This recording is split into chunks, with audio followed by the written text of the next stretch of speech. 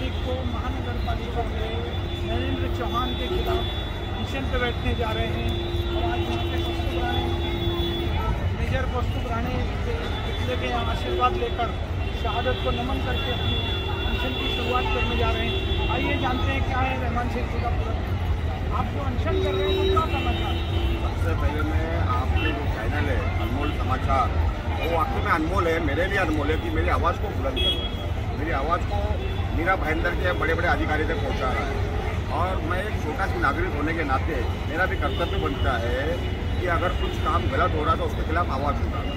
मैं 2023 में 21 मार्च, 22 मार्च और 23 मार्च को मैं अनशन पे बैठा था, तो मुझे मेरे काबिल दोस्त बीएमसी के बड़े अधिकारी नरेंद्र चौहान साहब ने आके मुझे ये पत्र दिया था 23 मार्च को कि अब रहमान भाई इस पर कार्रवाई होगी, ये लेटर पे लिखा है, आप लोग देख सकते हैं। ये लेटर ये नरेंद्र चौहान साहब ने दिया था, मैंने उसके अंदर फोटो भी निकाला था।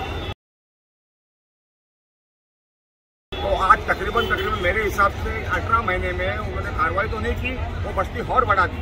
बस्ती ये जो आप लेटर बता रहे हैं ये कौन से एरिया का है, उसके खुलासा करके बताइए ना। ये जितने भी काशी गांव के अंदर जितने भी आधार बांधकाम हो रहे हैं, अभी मेरे जो बोलने का मतलब है, अभी एक नई जगह पे जोरों शोरों में काम चालू है 4 महीने 5 महीने से।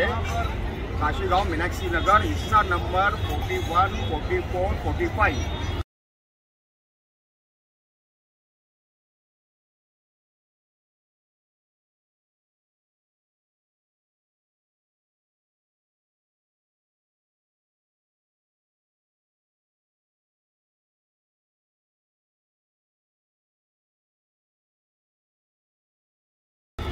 और मेरे दोस्त नरेंद्र चौहान से मैं तकरीबन 4 महीनों में बहुत सारे लेटर दिया हूँ,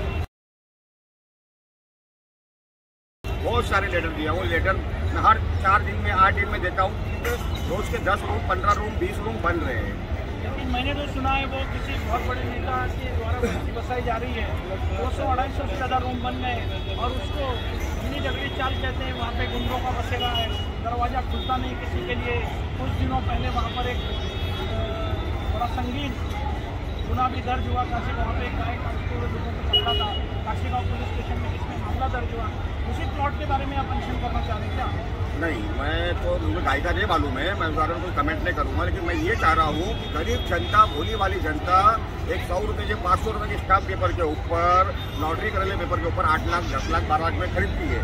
फिर जो अधिकारी आके बीएमसी में काम कर रहे हैं, उनकी ड्यूटी खत्म होती है, 2 साल 3 साल कार्यकाल खत्म होता है, 2 साल 3 साल 4 साल में जो नए अधिकारी आते हैं उन्हें तोड़ते हैं। तो मेरे नरेंद्र चौहान साहब से विनती है, मीरा भाईंदर के बीएमसी कमिश्नर से विनती है, अगर वो बन रहे हैं तो उन्हें मान्यता दिया जाए। अगर वो उनको मान्यता देने का काम नहीं करते हो तो तुरंत कार्रवाई हो जाए। लेकिन जैसा कि मैं भी 21 मार्च 22 मार्च को बैठा था और मुझे 23 मार्च को लेटर दिया गया कार्रवाई होगी, तो 18 महीने में मैं नरेंद्र चौहान से पूछना चाहता हूँ कि वहाँ पर आधार बांधकाम बढ़ा है क्या घटा है, जवाब दो। और वो जवाब मैं मांगूंगा 10 दिसंबर को सुबह 10 बजे बैठ के बेमुद्दत भूख हड़ताल पे। मैं उन गरीबों के लिए बैठ रहा हूँ, मैं कोई नेता को अभिनेता नहीं हूँ और मैं समझता हूँ कोई बड़े नेता का ऊपर आशीर्वाद है, मेरे लिए सबसे बड़ा ऊपर वाला है।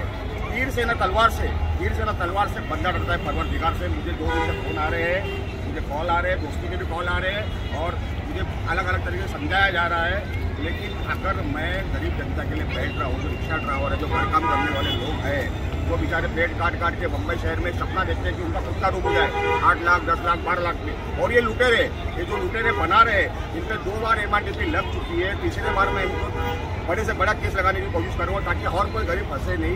राजू भाई, आपके समाचार को मैं एक माध्यम से और भी चीज़ बताना चाहता हूँ कि बम्बई शहर में खुद का मकान होना कितनी बड़ी बात है। क्या सोचे आपकी, ये मकान जो बन रहे हैं, ये तो सपनों का शहर आदमी लेके आता है, तो सपनों के शहर का ही धंधा कर रहे हैं। संजय काटकर साहब से मैं इलेक्शन के पहला 2 महीना पहले मिला था, उनको लेटर दिया था। संजय काटकर साहब से मतलब सही है, हाँ ठीक है ना, इंक्वायरी करेंगे, देखेंगे, कोई बात नहीं। अगर आप अंग्रेज से भी ज़्यादा जालिम है। राष्ट्रपिता महात्मा गांधी जब अंग्रेजों के खिलाफ आंदोलन करते थे, भूख हड़ताल में बैठते थे, तो अंग्रेज उनकी बात मान लिया करते थे, उन्हें इस तरह का भूख नहीं लगाते थे। इस तरह का ये लेटर मुझे नरेंद्र चौहान ने दिया है, इसका जवाब आपको देना पड़ेगा क्योंकि आपने लिखित में दिया था और फोटो भी निकाला था जिस पर कार्रवाई होगी। तो इस पर कार्रवाई क्यों नहीं हुई, ये पूछने के लिए मैं 10 तारीख को आ रहा हूँ सुबह 10 बजे, और मेरे साथ में काफ़ी NGO है काफ़ी, और जैसे कि वंचित के शहर अध्यक्ष है वो भी अपनी टीम के साथ में आ रहे हैं। जैसे जो NGO वाले हैं मेरे साथ में कम से कम 20 के ऊपर NGO जिनका समर्थन मुझे है। अब्दुल रहमान शेख को है, उसके अमन शक्ति को है, मेरे साथ में तौसीफ भाई खड़े हैं, इनका भी NGO है लोक सहायता बोल के। लेकिन और मैं चाहूँगा तौसीफ भाई जो काम के लिए मैंने बीड़ा उठाया हूँ, इसमें अगर मेरी जान भी चले जाए, अगर भूख हड़ताल में बैठे बात नगर पालिका नहीं मानती है तो आप लोगों को कंटिन्यू करना है। ये मोर्चा हम कंटिन्यू करेंगे और उनके साथ है जब तक हमारी साथ है।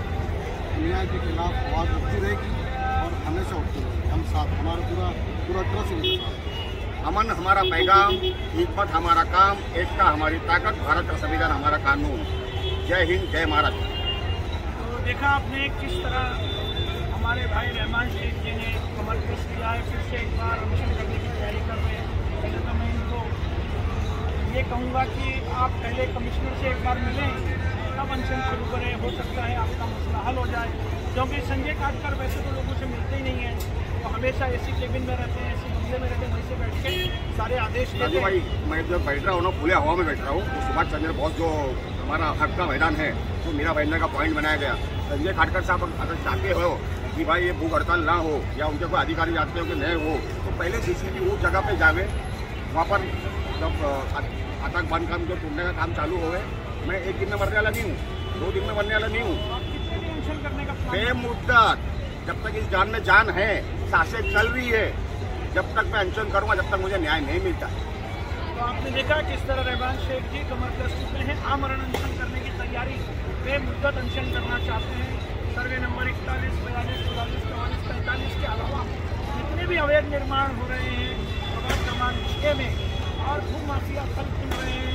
कल तक रिक्शा चलाने वाला, कल तक पेंटिंग करने वाला, कल तक सड़कों पे छोटी मोटी दलाली करने वाला आज इनोवा बड़ी बड़ी फॉर्च्यूनर गाड़ियों में घूम रहा है गरीबों के बलबूते पर, और गरीब आज भी इन भूमाफियाओं के चक्कर खा रहे हैं। ऐसे हजारों लोग पुलिस स्टेशन काशी गाँव, पहले काशी मीरा जाते थे, अपने घर के सब्जी को लेकर जाते थे, मगर उन्हें मिलते हैं तो सिर्फ धक्के ही मिलते हैं। मेरा पहला ऑफर है कि उनको मान्यता देके उन्हें लीगल किया जाए। किसी गरीब का नुकसान करने से अच्छा, अगर संजय काटकर आपको मालूम है कि वो रूम बन रहे हैं, नरेंद्र चौहान को मालूम है वो रूम बन रहे हैं, तो मेरा पहला ऑप्शन रहेगा कि उनको मान्यता दिया जाए, उनको कभी ना तोड़ने का एक ऑर्डर दिया जाए कि कोई भी ऑफिसर आएगा तोड़ेगा नहीं। अगर 3 साल बाद तोड़ेगा तो लोगों के जो 10-10 लाख रुपए, 15-15 लाख रुपए वो तो बचेंगे कम से कम। हाँ, छोटे छोटे बाल बच्चे सड़क पे सड़क पे आएंगे। तो ये थे रहमान शेख जिन्होंने हमें सारी बातें अपनी बताई, और बहुत जल्दी 10 तारीख को अनशन पे बैठेंगे।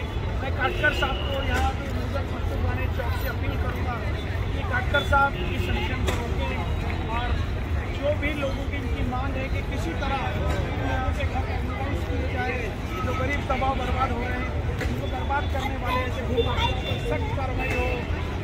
बस इससे ज़्यादा मैं कुछ नहीं कहूँगा। काटकर साहब एक आदमी अनशन पे बैठेगा, अनशन को रोकिए, और जल्द से जल्द, कल सोमवार है, कल से अपने अधिकारियों से कहें, नरेंद्र चौहान से वहाँ पे कार्रवाई करें, यही मांग करूँगा। तो आपने देखा रहमान शेख जी ने क्या कहा, क्या है कमेंट, लाइक आपके कमेंट हमें लिखकर बताएं, और क्या अमन शक्ति के अध्यक्ष हमारे भाई रहमान शेख का अनशन सही है या गलत है, इस पर भी कमेंट करें।